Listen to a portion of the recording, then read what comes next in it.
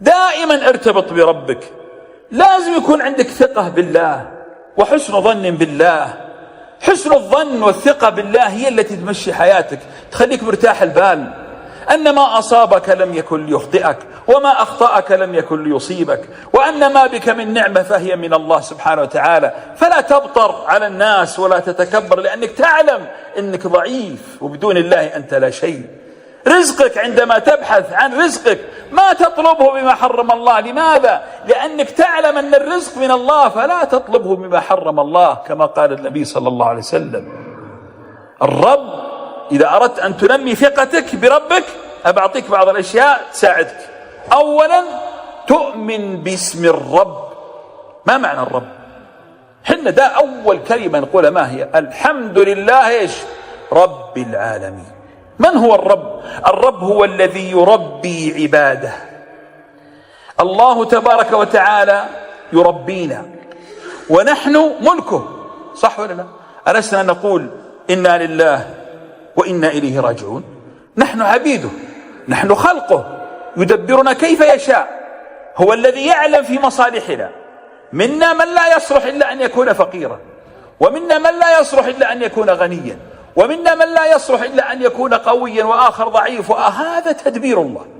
إذا أنت واثق بالله، والله مهما تأتيك من الأقدار تكون مطمئن، تقول أنا أعلم أن ربي هو الذي يربيني وليس أنا. فما ظنكم برب العالمين؟ هذه آية ضعها دائما أمام عينيك. إذا أردت أن تقوي ثقتك لازم تعظم التوحيد في قلبك. لماذا؟ لأن الذين يعظمون التوحيد الله يعينهم. أما قرأتم قول الله الذين آمنوا ولم يلبسوا إيمانهم بظلم، يعني بشرك، أولئك ماذا لهم؟ لهم الأمن وهم مهتدون. يعينك الله عز وجل. ولذلك انتبه لتوحيدك أن يهتز، وثقتك بالله أن تهتز. مما يقوي الثقة في قلبك القرب من الله. كيف؟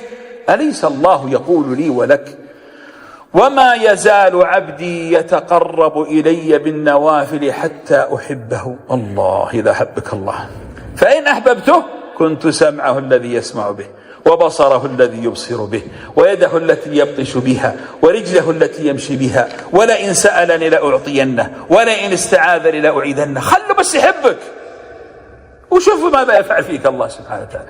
والله يمكن تكون في قمة المرض وتكون سعيد، قذف القناعة في قلبك والرضا. يمكن تكون في قمة الفقر وسعيد، أعطاك شيء ما تشتريه في الأسواق ولا تجده عند البشر. هذه هو الثقة وحسن الظن بالله. ليه؟ لأنك أنت يا المريض يا الفقير يا المتغرب يا أي مصائب الدنيا، يعني كم ستعيش؟ 50 سنة 100 سنة، ثم ماذا؟ ثم ستعود إليه. فلما تعود وإذا بك صابر محتسب راضي شاكر، أعطاك جنة لا تبيد أبدا. هذا عطاء الله عز وجل. فانتبه، لا تزعل على ربك ولا تغضب على الله، لا لا لا لا، خلك واثق أن ما عند الله خير مما عندك. تذكر دائما قوله جل جلاله وأنا معه حيث ذكرني، فإن ذكرني في نفسه ذكرته في نفسي، وإن ذكرني في ملأ ذكرته في ملأ خير من الملأ الذي ذكرني فيه. إذا كان الله دائما يذكرك فهل تنسى؟ إذن أكثر من ذكر الله، سبح، هلل، اقرأ القرآن، حاول أنك ما تنقطع عن عبادة فيها ذكر.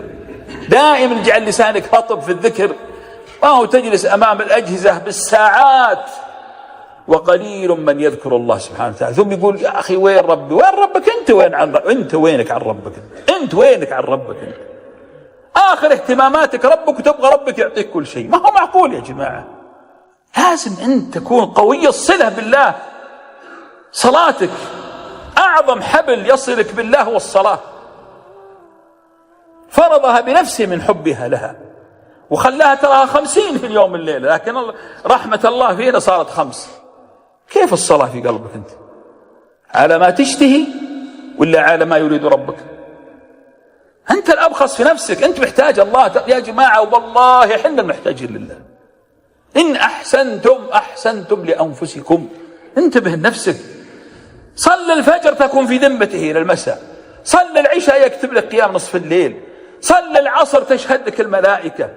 الصلوات هذه قرب. الرسول عليه الصلاة والسلام وش يقول أرأيتم لو أن نهرا بباب أحدكم يغتسل منه كل يوم 5 مرات هل يبقى من درنه من شيء؟ أنت لو تروش 5 مرات والله تصير أنظف واحد في الدنيا. طيب هذا الذي يصلي ينظف الذنوب.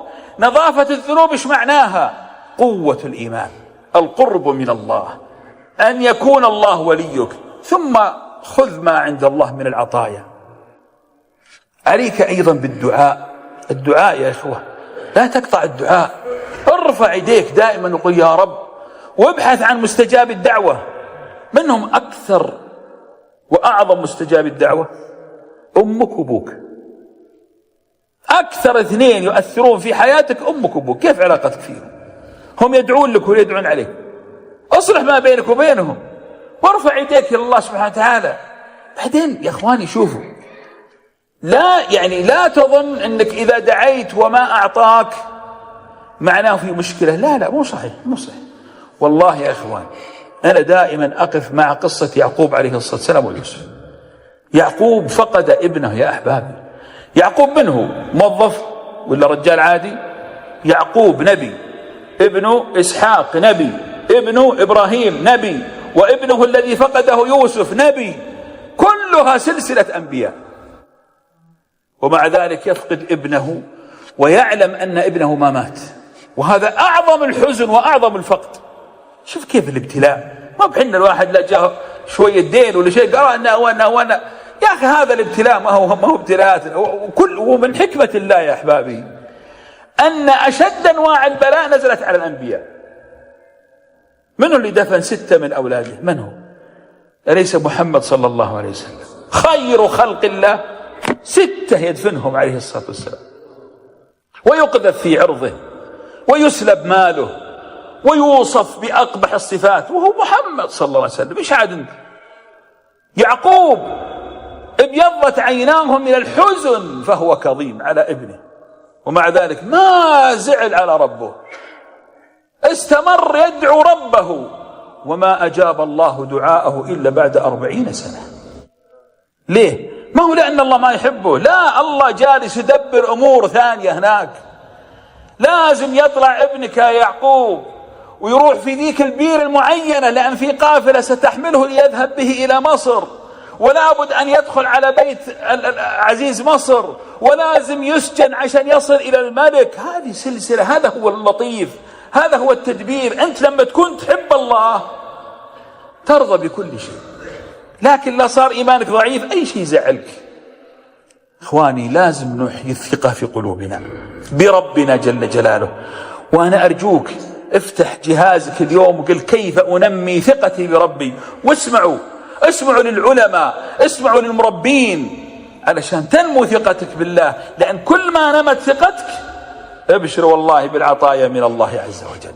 ومن يتق الله يجعل له مخرجا ويرزقه من حيث لا يحتسب، ومن يتوكل على الله فهو حسبه، إن الله بالغ أمره، قد جعل الله لكل شيء قدرا. أقول ما تسمعون وأستغفر الله لي ولكم فاستغفروه إنه هو الغفور الرحيم.